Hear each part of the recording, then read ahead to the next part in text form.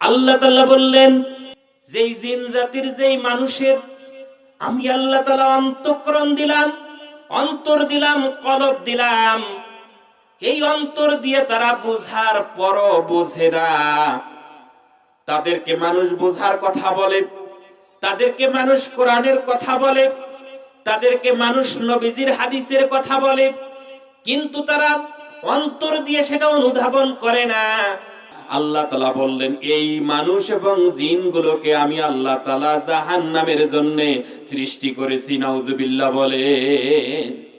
আল্লাহ রাব্বুল আলামিন এরপর বলতেছেন, আমি তাদেরকে চোখ দিয়েছি, তাদের চোখ থাকার পরও যারা চোখ দিয়ে অবলোকন করে না, চোখ দিয়ে যারা দেখে না, এই মানুষগুলো এবং জিনগুলোকে আমি আল্লাহ তাআলা জাহান্নামের জন্য সৃষ্টি করেছি। নাউজুবিল্লাহ বলবেন না?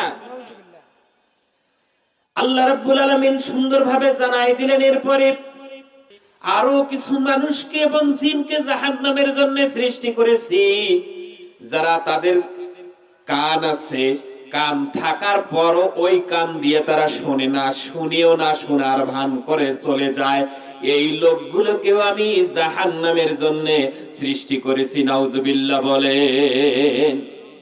আল্লাহ তাআলা বলতেছেন, নিশ্চয় তারা হলো চতুষ্পদ জানোয়ার।